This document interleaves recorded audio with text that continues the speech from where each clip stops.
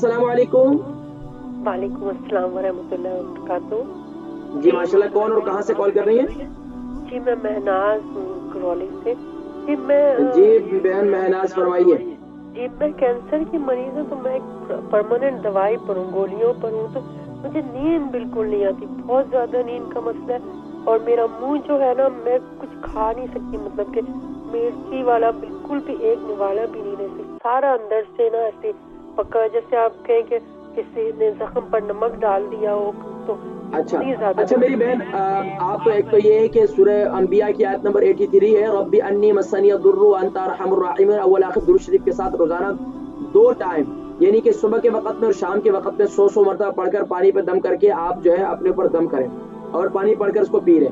तीसरा काम आप ये करें कि रात को सोते वक्त भी और सुबह के वक्त में आप कुलिया भी करें और गरारे भी करें। उसमें क्या करें, हल्दी को उबाल लें, उसके अंदर 1 चम्मच कलौंजी का तेल डालें, इसको गरारे भी करें, उसकी कुलिया भी करें बार बार इंशाअल्लाह। और आप पहले 3 कुलिया जो है उसके गरारे करें और आखिरी चौथी कुल्ली आप यानी कि चौथा जो कुल्ली में मुंह पानी लेंगे उसको आप पी लें।